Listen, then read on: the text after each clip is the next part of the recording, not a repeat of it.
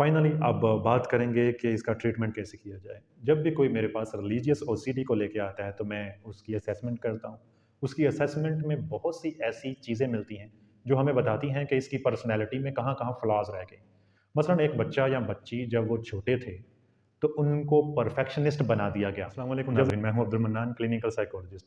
नाज़रीन, हमने religious OCD पे एक वीडियो सेशन किया था। एक सेशन ओसीडी पे किया था, एक रिलीजियस ओसीडी पे किया था। आज हम रिलीजियस ओसीडी के ट्रीटमेंट पे बात करेंगे। आमतौर पे हमने एक वीडियो सेशन ओसीडी के ट्रीटमेंट पे कर लिया है, लेकिन बहुत से लोग कन्फ्यूज़ हुए कि क्या रिलीजियस ओसीडी का भी यही मेथड है? तो लगभग सेम ट्रीटमेंट स्ट्रैटेजीज़ होती हैं, लेकिन आज के इस वीडियो सेशन में मैं आपको 3 बहुत ही अहम फैक्टर्स की बात करूँगा, जो आपके ट्रीटमेंट में बहुत ज़्यादा कारआमद होंगे। सबसे पहले आपको ओसीडी का मतलब पता होना चाहिए, इसी तरह रिलीजियस ओसीडी का पता होना चाहिए। फिर आप ट्रीटमेंट को समझ सकेंगे कि इसका ट्रीटमेंट कैसे किया जाता है।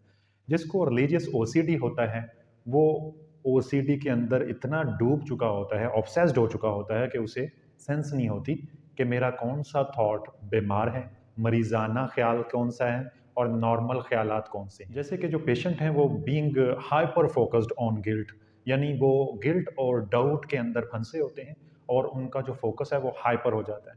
हाइपर फोकस्ड मीन वो हर चीज़ में मुहतात रहते हैं। आपको पता है कि रिलीजियस ओसीडी या दूसरा ओसीडी जो होता है, ऑब्सेशंस और कंपल्शंस, इसकी बहुत वैरायटी है। मसलन किसी को हाथ धोने का होगा, कोई नहाता रहेगा, कोई कुंडी चेक करता रहेगा, लॉक लगा हुआ है, नहीं लगा हुआ। इसके पैटर्न्स वक्त के साथ साथ बदलते रहते हैं। मेरे पास कुछ क्लाइंट आते हैं, मैं उनकी एग्जांपल आपको दूंगा। जैसे एक खातून शिकायत करती है कि उसे लगता है कि मक्खी उसके नाक में घुस जाएगी। ये ओसीडी के पैटर्न्स में ही बगाड़ आया। इसी तरह कोई एक क्लाइंट है, उसे लगता है कि मैं अपने हस्बैंड का गला दबा दूंगी। हार्म ओसीडी से कहते हैं, यानी दूसरों को नुकसान ना पहुंचा दूं। आमतौर पे डिलीवरी के बाद कुछ माओं को पोस्टमार्टम डिप्रेशन का एक नज़ारा होता है, तो उसमें वो ये महसूस करती हैं कि उनके जहन में ये ख्याल आ रहा है कि अपने बच्चे का गला दबा दूँ।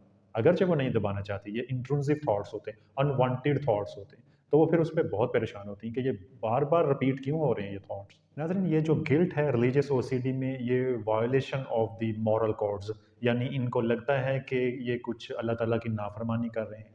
इनका जो रिलीजियस ओसीडी का गिल्ट होता है, ये अनहेल्दी गिल्ट होता है। इनको बार-बार एहसास होता है कि ये मॉरल जो कोड्स हैं वो तोड़ रहे हैं। आप ये समझ लें कि ये तकवा नहीं होता। तकवा में इंसान गुनाहों से बचता है और सही ज़िंदगी गुज़ारता है और तौबा करता है, तो तौबा की वजह से उसका दिल सुकून से भर जाता है। यहाँ पे मामला कुछ और होता है। यहाँ पे इतने ज़्यादा रिपीटेड थॉट्स आ रहे होते हैं किसी भी चीज़ को लेके। लोग क्या कहेंगे? लोग कहीं मेरे खिलाफ बात ना बना लें, कहीं लोगों को पता ना चल जाए। वो अपने ही कि कुछ किए और ना करदा गुनाहों की सज़ा खुद को दे रहा होता है।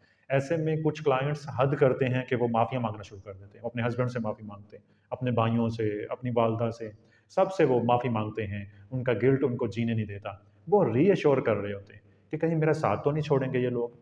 तो वो सफाई दे रहे होते हैं, जबकि जो सुनने वाला है वो सुनना ही नहीं चाहता। वो कह रहा है कि कोई मसला नहीं। वो खुद ही सफाई दे रहे होते हैं, मैंने नहीं किया था, ये मैं नहीं थी, ये मैं नहीं था, ऐसे नहीं हुआ था, ऐसे हुआ था। तो इनके ऑब्सेशंस इनको जीने नहीं दे रहे होते। नाज़रीन, अनवांटेड इंट्रूसिव थॉट्स के साथ-साथ ब्लास्फेमस थॉट्स भी आते हैं। जैसे कि अल्लाह ताला के खिलाफ ज़हन में कुछ आ रहा हो। कुछ लोग शिकायत करते हैं कि मेरे दिल में ज़हन में गालियाँ आती हैं। मेरे कुछ क्लाइंट शिकायत करते हैं कि जब वो वॉशरूम में जाते हैं, जब कपड़े चेंज करते हैं, तो उनके कपड़ों पे लिखा जाता है। तो वो मुक़द्दस हस्तियों के नाम लिखे जाते हैं या उनको इमेजेस नज़र आते हैं मुक़द्दस हस्तियों के। तो वो फिर एक अनहेल्दी गिल्ट में चले जाते हैं। उनको लगता है मेरा ईमान कमज़ोर हो गया है। कुछ क्लाइंट इस हद तक चले जाते हैं कि वो रिलीजन को प्रैक्टिस करना छोड़ देते हैं। वो नमाज़ रोज़ा भी छोड़ देते हैं। हालाँकि उनको डर भी वही है और अल्लाह ताला का खौफ भी बहुत है, और ये लेकिन हेल्दी खौफ नहीं होता। अल्लाह का खौफ होना हेल्दी वे में नहीं होता। ये मरीज़ाना सोच होती है। Seeking reassurance from other people, ये दूसरों से तसल्ली माँगते हैं कि आप मेरे बारे में क्या राय रखते हैं? क्या मैं ठीक कर रही हूँ? क्या मैं ठीक कर रहा हूँ? मैं कहाँ पे गलत हूँ? मैं माज़रत करता हूँ। ये एक्स्ट्रा मुहतात एटीट्यूड के मालिक होते हैं और ये सफाइयाँ बहुत देते हैं। आप इनसे एक बात करोगे, ये 10 बातें, 10 जुमले उसके जवाब में कहेंगे। इनको लगेगा कि कहीं ये बंदा ये ना सोच ले, कहीं ये ना बना ले। हालाँकि दूसरा बंदा वहाँ तक सोच भी नहीं पाता जहाँ तक ये सोच लेता है। एक्सेसिव ट्रिप्स टू कन्फेशन, ये कन्फेस करते रहते हैं, हाँ, मैंने थोड़ा-सा ऐसे करके फलाँ को मिल लिया था, फलाँ मेरे से गुनाह हो गया था। ये कन्फेशन करते रहते हैं, माफ़ियाँ माँगते हैं। अक्सर मेरे क्लाइंट आते हैं तो हस्बैंड वाइफ़ हैं, तो वाइफ़ माफ़ियाँ माँग रही होती है हस्बैंड से। हस्बैंड हाथ जोड़ रहा होता है कि बस करो, अब माफ़ी ना माँगो। वो माफ़ी माँग रही है। ना करदा गुनाहों की माफ़ी माँग रही है, या वो जो जो फैमिलीज़ में ज़्यादा मज़हबी रुझान होता है, तो वो जब अपने मज़हब के अकॉर्डिंग प्रैक्टिस नहीं करते और चोर रास्तों से कुछ ना कुछ गुनाह कर लेते हैं, तो उनको ये चीज़ ज़्यादा हर्ट करती है। इसका हरगिज़ ये मतलब नहीं है कि जो नॉन मुस्लिम है या जो रिलीजन को प्रैक्टिस ही नहीं करते, उनको ये डिसऑर्डर नहीं होता, बल्कि होता है, सबको होता है। हालाँकि उनका रिलीजन से दूर-दूर तक कोई वास्ता नहीं, लेकिन उनको ये थॉट आना शुरू हो जाते हैं। हिंदू मज़हब में हैं, हिंदू के हवाले से आना शुरू हो जाते हैं, यानी वो अपने मज़हब को प्रैक्टिस करने के हवाले से उनकी जो मुक़द्दस हस्तियाँ हैं, उनको लेके वो ऑब्सेस्ड हो जाते हैं और उनको गिल्ट रहता है कि मैं ये गलत कर रहा हूँ। नाज़रीन, इसमें फ़र्द मुख्तलिफ़ किस्म के रिचुअल्स का शिकार हो जाता है, यानी एक्स्ट्रा क्लींजिंग करता रहता है, साफ़-सफ़ाई, सुथराई। इसमें परफेक्शनिस्ट हो जाता है इंसान और उसको उसको टेंडेंसीज़ ऐसी रहती हैं कि हर चीज़ परफेक्ट होनी चाहिए। अगर मेरी किसी के साथ बात हुई है, तो कोई भी बात ऐसी मुबहिम नहीं होनी चाहिए। तो ये बाल की खाल उतारते रहते हैं, पीछे ही पड़ जाते हैं, ये चीज़ ऐसे थी या ऐसे थी, ये चीज़ ऐसे होगी या ऐसे होगी और इनको इसका बिल्कुल इल्म नहीं होता। जब ये परफेक्शनिस्टिक एटीट्यूड में चले जाते हैं या टेंडेंसीज़ इनमें आ जाती हैं, रुझान आ जाता है, तो बहुत से क्लाइंट ऐसे हैं जो नमाज़ पढ़ते रहते हैं, घंटों दुआएँ, नमाज़ें पढ़ते रहते हैं। कभी-कभी दोबारा नमाज़ पढ़ते हैं, क्योंकि इनको लगता है ये नमाज़ सही नहीं थी। कभी-कभी ये वुज़ू 2-3 दफ़ा करते हैं, इनको लगता है ये सही से वुज़ू नहीं हुआ था। तो कभी कपड़े धोते रहते हैं, नापाक हो गए हैं। तरह-तरह के इसके ट्रेंड्स हैं ओसीडी के। हम कोशिश करेंगे आने वाले वीडियो सेशंस में मुख्तलिफ़ किस्म के ट्रेंड्स पे तज़किरा करें। बहुत से क्लाइंट हैं जो हमारे से राब्ता करते हैं। एक क्लाइंट है हमारी इंडिया से, वो राब्ता करती है, वो कहती है कि मेरे ज़हन में मन्नत का तसव्वुर आता है कि मैंने मन्नत पूरी नहीं की थी या पूरी नहीं करूँगी, तो अब कोई आफ़त आ जाएगी मेरे पे। तो इंसान की चीज़ें बिल्कुल नॉर्मल होती हैं, कोई मसला नहीं होता, लेकिन उसका ज़हन सजेशंस दे रहा होता है। नाज़रीन, रिलीजियस ओसीडी हो या दूसरा ओसीडी हो या एंग्ज़ायटी हो इवन, इंसान का माइंड सजेशंस देता है, नेगेटिव सजेशंस देता है। तो उन नेगेटिव सजेशंस में से जो टॉप की नेगेटिव सजेशन होती है, पेशेंट वो ले लेता है और उसको हकीकत समझता है। मसलन बैठे-बैठे किसी लड़की के ज़हन में आया कि उसके ऊपर कोई बहतान लगा दिया जाएगा।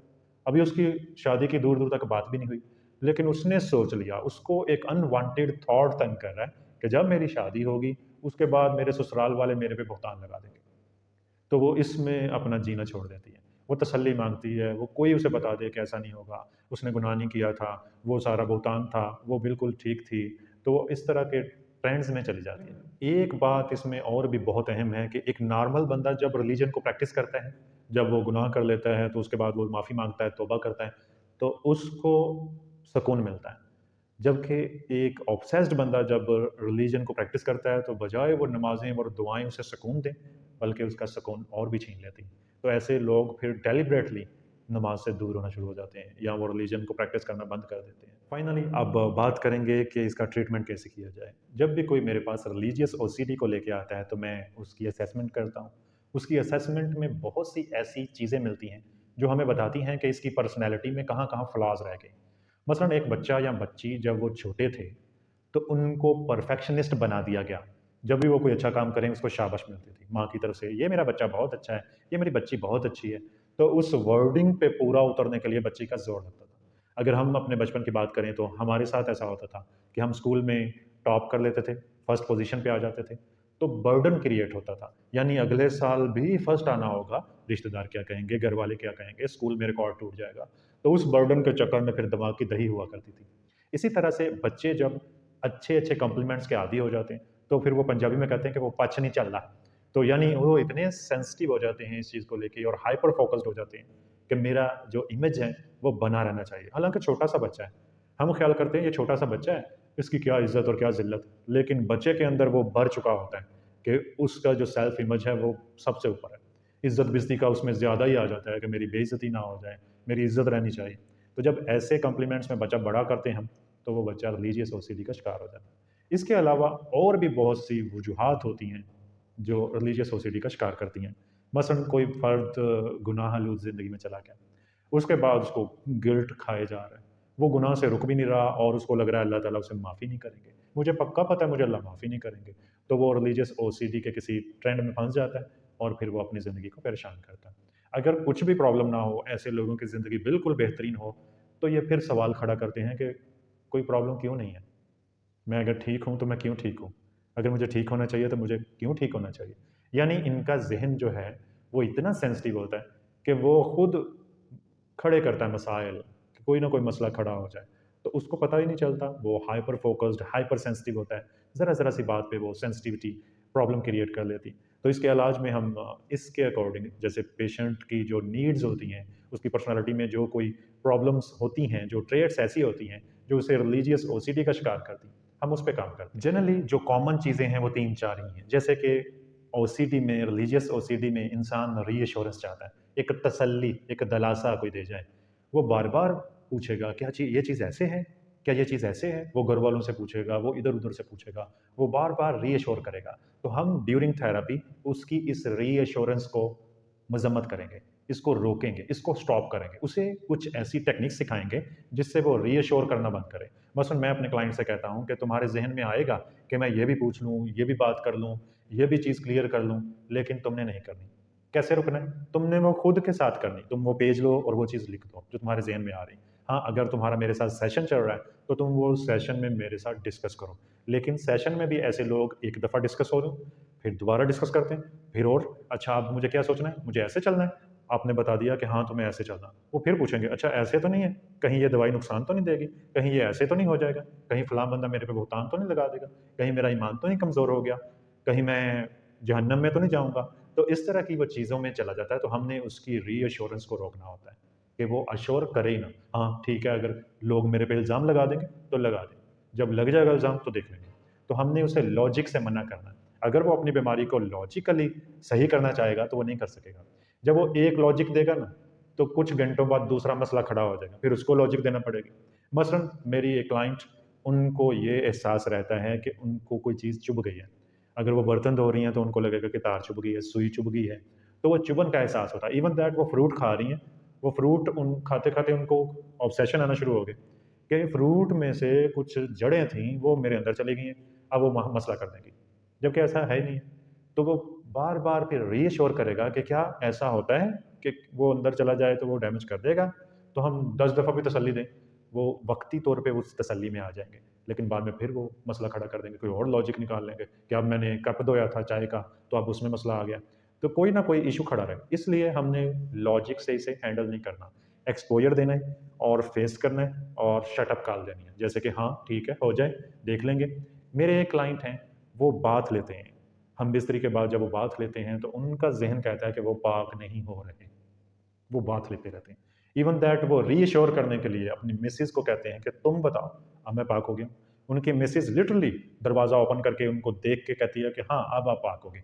तो वो सैटिस्फाई होते हैं। जब उनकी मिसेज़ नहीं मौजूद होती तो वो उलझे रहते हैं, क्योंकि उन्होंने अपनी मिसेज़ से दिन में 70 दफ़ा कोई ना कोई चीज़ रीअश्योर करनी होती है। तो वो जो मिसेज़ है वो भी उनके साथ रह के उसको भी फिर मसाइल आते हैं। वो भी शेयर्ड साइकोसिस में चली जाती हैं, उनको भी वहम होना शुरू हो जाते हैं। तो ये बीमारी एक्चुअली वहम की ही होती है। दूसरे नंबर पे इसमें इंसान करैक्टर सर्टिफिकेट माँगता है सबसे। Why you want to win everyone's approval? उसको अप्रूवल ही चाहिए, उसकी भी अप्रूवल, वो भी अप्रूव करे, वो भी अच्छा समझे, सारे अच्छा समझे। तो हमने उसकी इस करैक्टर सर्टिफिकेट लेने वाली हैबिट पे काम करना होता है। उसको कहना होता है कि तुम्हें सारी दुनिया मिलके बुरा समझना शुरू कर दे। तुम्हारा किरदार चौक में, चौराहे में लटका दिया जाए। इट्स ओके, तुम फिर भी पूरी तरह से जी सकते हो। इवन दैट तुम्हारी फैमिली भी तुम पे बहुतान लगा दे, तो भी कुछ नहीं होता। ये तुम्हारे माइंड की नेगेटिव सजेशंस हैं। ऐसा होने वाला ही नहीं है दूर-दूर तक। सिर्फ तुम्हें लगेगा, तुम्हें बार-बार थॉट्स आएँगे। हम उसे कहते हैं कि तुमने आइंदा किसी को सफाई नहीं देनी। यानी वो हर राह चलते को सफाई देना शुरू कर देते हैं। ऐसे नहीं, ऐसे हुआ था, फिर ऐसे हुआ था। उनकी आदत बन जाती है कि वो सफाई देते रहते हैं। कहीं मेरे इमेज पे कोई हर्फ ना आ जाए, कोई बुरा ना सोच ले, लोग क्या कहेंगे? इस चीज़ पे वो ऑब्सेस्ड होते हैं। जी, इसके बाद हमने उसके एक्स्ट्रा मुहतात एटीट्यूड को ब्रेक करना होता है। ऐसे में इंसान बहुत फूँक-फूँक के सोच-सोच के कदम रखता है। ये चीज़ ऐसे ना हो जाए, वो चीज़ ऐसे ना समझ ली जाए। मसलन मेरा एक क्लाइंट बाल कटिंग के लिए जाता है, तो वो ऑब्ज़र्व करता है कि यहाँ से बाल कटवाने हैं कि नहीं कटवाने। फिर वो वापस चला जाता है, दूसरे पास जाता है, वहाँ से ऑब्ज़र्व करके तीसरे पास, तीसरे से फिर के फिर वो पहले पास आके बाल कटवाता है। यानी इनको तरह-तरह के वहम होते रहते हैं, तरह-तरह के वहम। ऐसा बंदा जब डॉक्टर पास आता है ना, तो तब भी उसके वहम उसको थकाते हैं। तो हमने इसके इस एक्स्ट्रा मुहतात एटीट्यूड को ब्रेक करना है कि फ़ौरी तौर पे फ़ैसला करो, फिर चाहे जो भी हो जाए देख लेंगे। तो ये फ़ैसला नहीं करते, ये मुहतात रहते हैं, हत्ता कि ये हॉस्पिटल आते हैं, जो डॉक्टर्स की डिग्रीज़ पढ़ते हैं, कहीं मेरी फ़ीस ज़ाया ना हो जाए।